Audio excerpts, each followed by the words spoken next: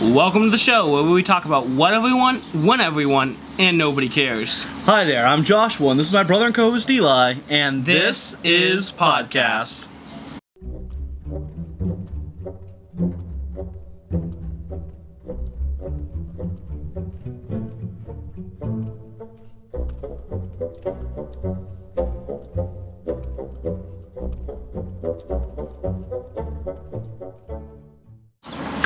Hey guys, hope you're having a magnificent day.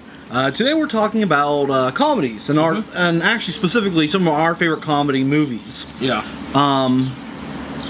So Eli, why don't you take it away? What kind of comedy do you prefer?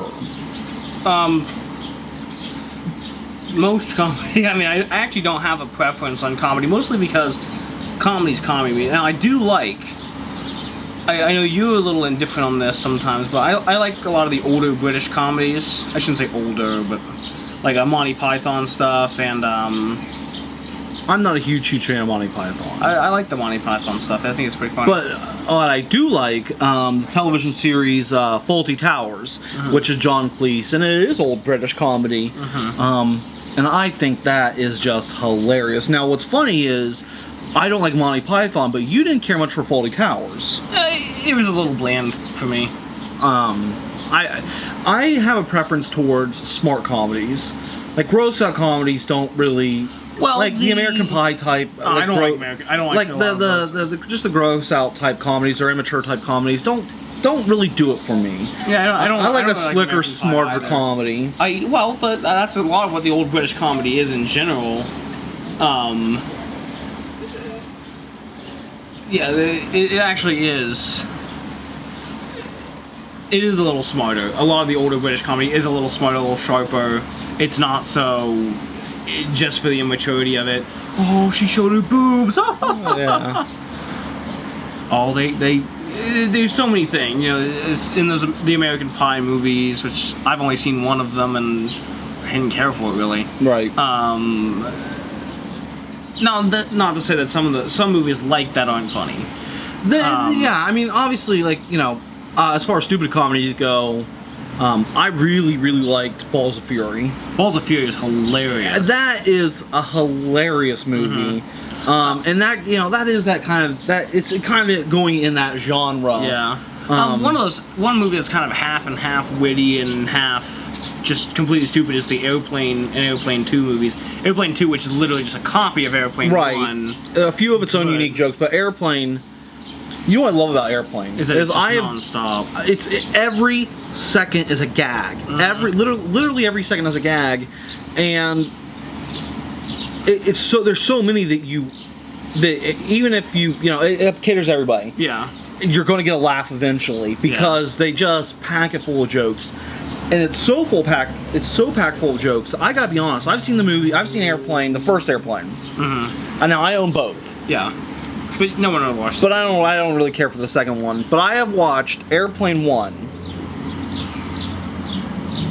probably about 15 times. And even after seeing it that many times, I'm still picking up jokes. Every time. Oh, did that just happen? I'm like, okay. Oh, that's a pun. There was a pun. Last time I watched it, they made a pun. And I've seen the movie so many times, and you would think, but it's just so full of jokes that I missed it. We were talking about from Airplane 1 when... By the way, it's just called Airplane. We keep calling it Airplane 1. Yeah, it is called Airplane. It's just Airplane. It's not Airplane 1. In the first Airplane movie, when the pilot... calls has a little boy come in and he's introducing him to he's showing him the planes up. He's not actually doing that. He's asking him stupid questions. We talked about using those questions in some of our interviews. For some of our interviews, yeah. You ever seen a grown man naked? You ever been kicked in the head with an iron boot? No, nobody's ever had that. That only happens in movies. Do you like movies about gladiators? You Kareem Abdul-Jabbar! No, son, you don't know what you're talking about. I do like a movie that is eminently quotable, and that's probably one of the most ultimately one of the more quotable movies. Wayne's World is highly quotable. If you're it is probably the spit in this. Yeah, if you're gonna spew in this. I'm sorry, spew. Motorcycle. Like and subscribe.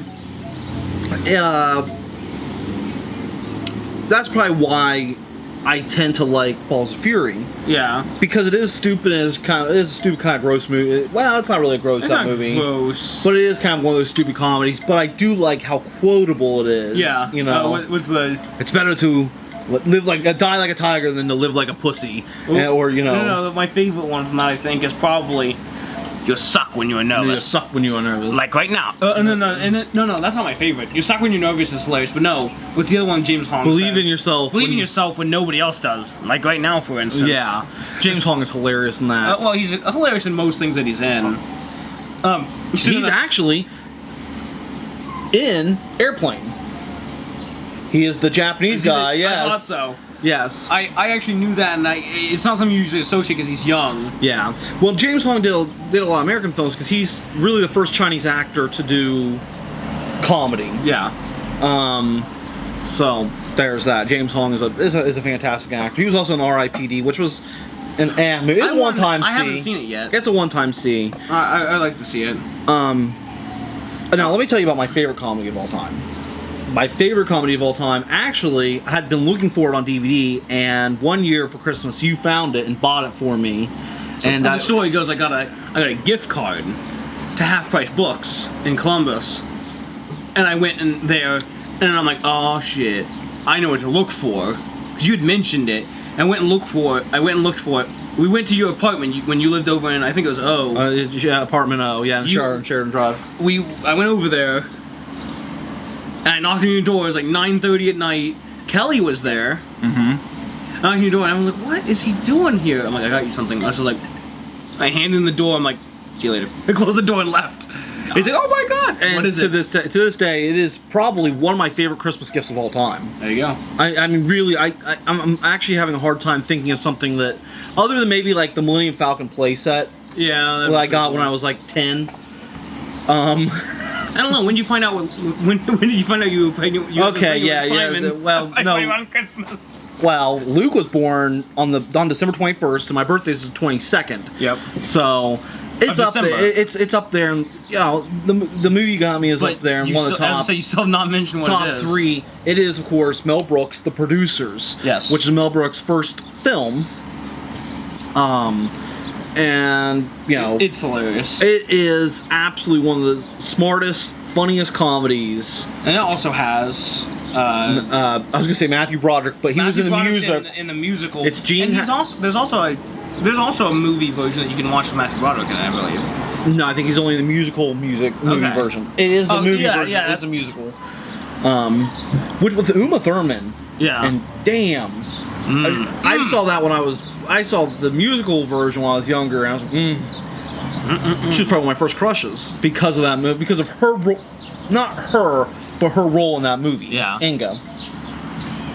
But it's got Zara Mostel, Gene Wilder, Kenneth Mars, and Kenneth Mars plays the Nazi. Nazis.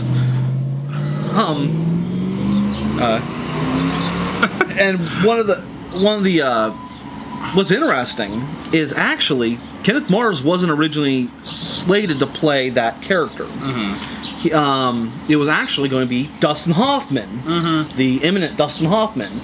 And what happened is Dustin Hoffman's getting ready to play this ex-Nazi, right? Yeah.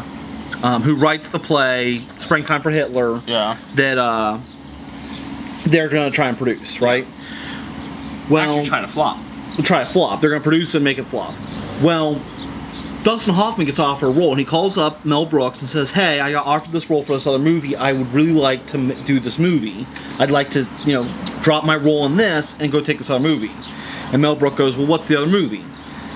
And Dustin Hoffman says, "Well, I will be starring with your wife, Anne Bancroft, in The Graduate." If you know movie history, of course, that is the Dustin Hoffman's, one of his biggest movies of all time. It's his breakout role in Hollywood. There's that, and what's the well, no, that's later. But what's the one with Tom Cruise where he plays an autistic savant? Rain Man. Rain Man. That's another really popular one. That's probably one of my favorite movies. Now it's not comedy though. No. I would actually, I enjoyed Rain Man. I kind of thought Rain Man was a little bit monotonous. It's a good movie. It's a good class movie, but I'm not a huge fan of Rain Man. I think it's one of Tom Cruise's better roles.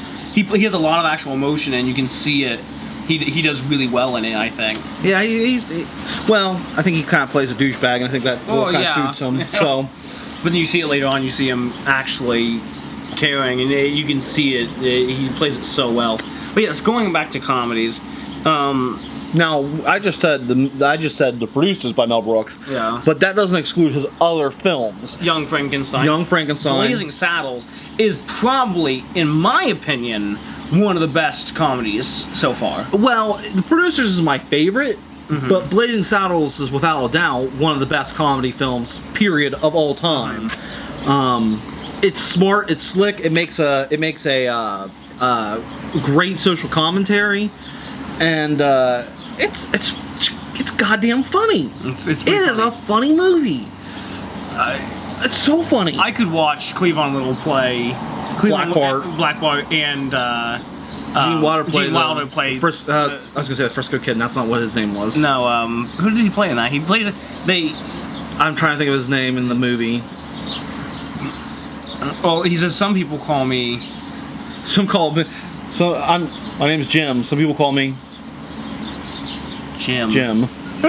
He does it so perfectly. He doesn't hold it too long or too short. Like some people, he's like, my name's Jim, and some people call me Jim. It's you so see this perfect. hand? I can't even do it. You see this hand? Yeah, it's still. Yeah, but I shoot with this hand. Yeah, I shoot with this hand. Oh my god. He's not Billy the Kid. No. I can't remember. See, that tells you I have to see the movie again. I know. That's awesome. Let's make that goal this weekend and rewatch that. Because I love that movie so much. It is hilarious. Young Frankenstein's kind of one of those underrated ones by Mel Brooks. I love Young Frankenstein. Actually, Young Frankenstein is the first Mel Brooks movie I'd seen, and it changed the way I thought about comedy. I was like, oh my god, this is real. Funny. What's the what does he say? My grandfather is a, what's the word he uses at the beginning? My grandfather is a, and he stabs himself with a scalpel. Was a cuckoo. Yeah, my grandfather was a cuckoo, and he stabs himself with a scalpel in front of a bunch of students, and he's like crosses his leg over in front of the class. You can't see it. Dismissed. The guy comes up, he's like, oh my god, like, what big knockers. Oh, thank you. What big knockers you have. Oh, thank you, Doctor. Thank you, Doctor. Who's that plays in that one? Oh, God. I was going to say Madeline Kahn, but no, it's Madeline Kahn. Is it Madeline Kahn? No, she plays his actual wife. I can't think of the other actors. There's, what's this? Mel Brooks is kind of like Adam Sandler today. Yeah. Where, if you watch an Adam Sandler movie, you're going to see the same people in Adam Sandler movies. Yeah, he had a lot. You're going to see Kevin James. You're going to see David Spade. You're going to see that again in Monty Python. A lot of people do that now. Well, Monty Python was a comedy troupe. Yeah. They were a group of comedians together. Hold this down for a second.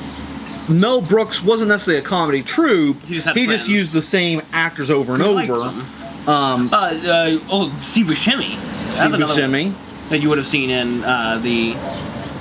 I love Steve Buscemi so much. Yeah, I love watching him act. Watching him act.